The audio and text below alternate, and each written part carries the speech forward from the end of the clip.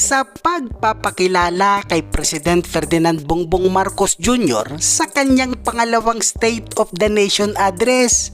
Nagpalakpakan naman ang lahat maliban sa iilan na tinatamad yata pumalakpak. At ito ang good news mga kaibigan sa mga health workers natin na nagsakripisyo noong nakaraang pandemya. Ipapamahagi na sa kanila ang kanilang mga naantalang benepisyo.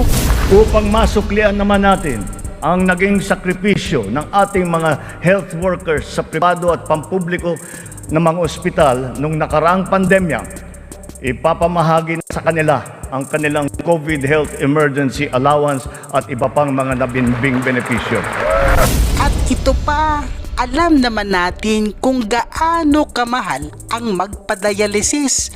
Ayon sa Pangulo, libre na po ngayon sa karamihang Pilipino ang pagpapadialysis. Upang mas lalo pang makatulong sa mga pasyente, ang dating 70 libreng dialysis session ay inakyat na natin sa 156.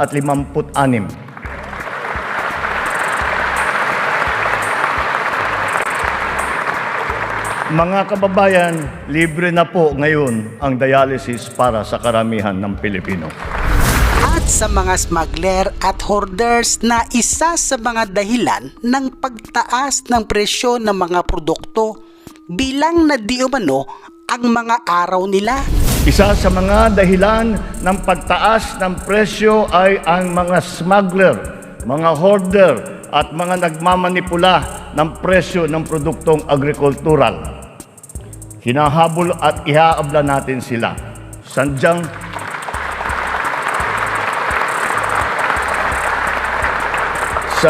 hindi tama ang kanilang gawain at hindi rin ito tugma sa ating magandang layunin. Pandaraya ang kanilang ginagawa. Napapahamak hindi lamang ang mga magsasaka, kundi tayo rin mga mamimili. Kaya hindi natin papayagan ang ganitong kalakaran. Bilang na ang mga araw ng mga smuggler at hoarder na yan. Kung si dating Pangulong Duterte ay mayroong build program, meron namang Build Better More program si PBBM na hindi lang pinagpapatuloy ang mga nakaraang proyekto, kundi lalo pa niyang pinapalawak. Hindi lamang natin pinapagpatuloy ang mga nasimulan ng mga proyekto, lalo pa natin pinapalawak. Kaya naman, ang 123 proyekto dito sa Build Better More program ay bago. The flagship projects cover investments in the areas of physical connectivity, water resources, agriculture, health, digital connectivity, and energy.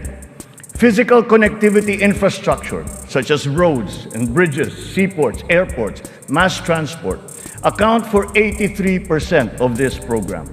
Our infrastructure spending will stay at 5 to 6% of our GDP. Dumating na ba ang bagong Pilipinas? With this in my heart, I know that the state of the nation is sound and is improving. Dumating na po ang bagong Pilipinas. Tara, panoorin natin ito. Mga minamahal kong kababayan, ladies and gentlemen, magandang hapon po sa inyong lahat.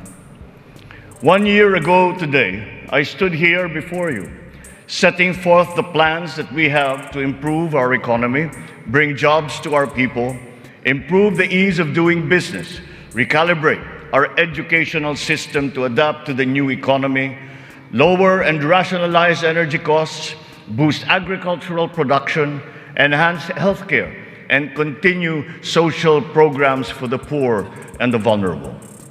Let me now report to the people on the successes that we can now lay claim to, and also the challenges that we continue to face.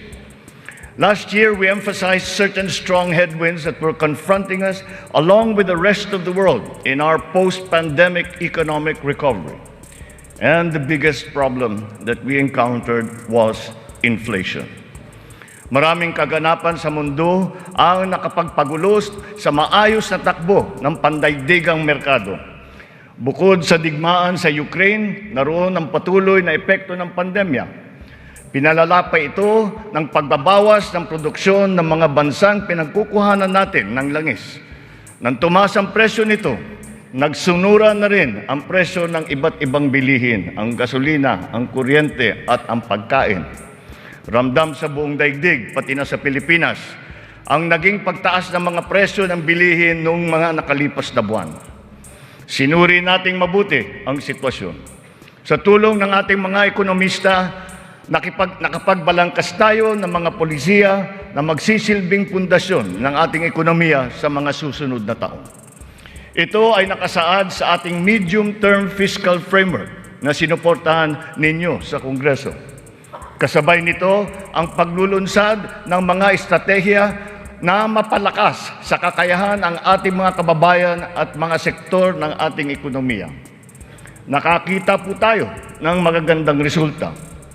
While the global prospects were bleak, our economy posted a 7.6% growth in 2022, our highest growth rate in 46 years.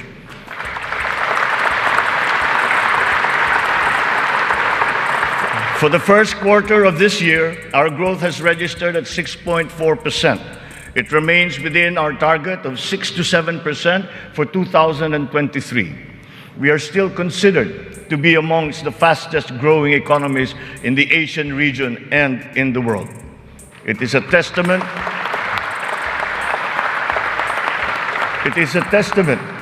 to our strong macroeconomic fundamentals.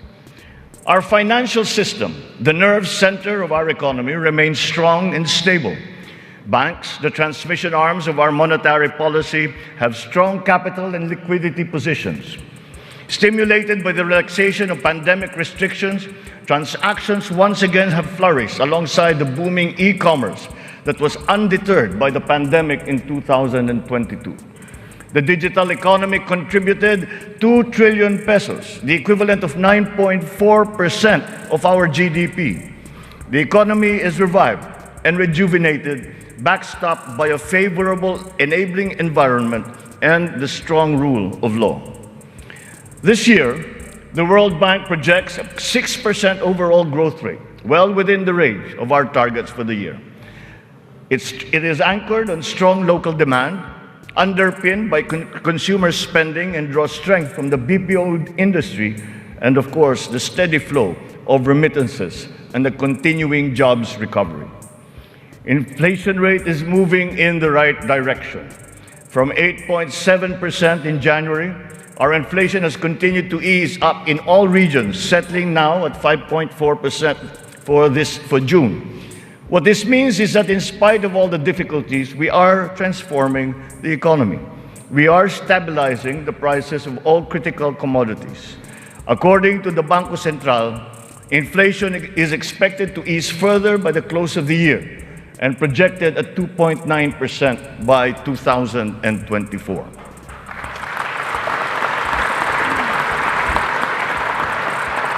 On matters of the economy, there are many things over which we have no control. But over those where we do have control, we are doing everything we can. Puspusan ang ating ginagawa upang pataasin ang produksyon ng ating ekonomiya. Pinapalago natin ang mga industriya.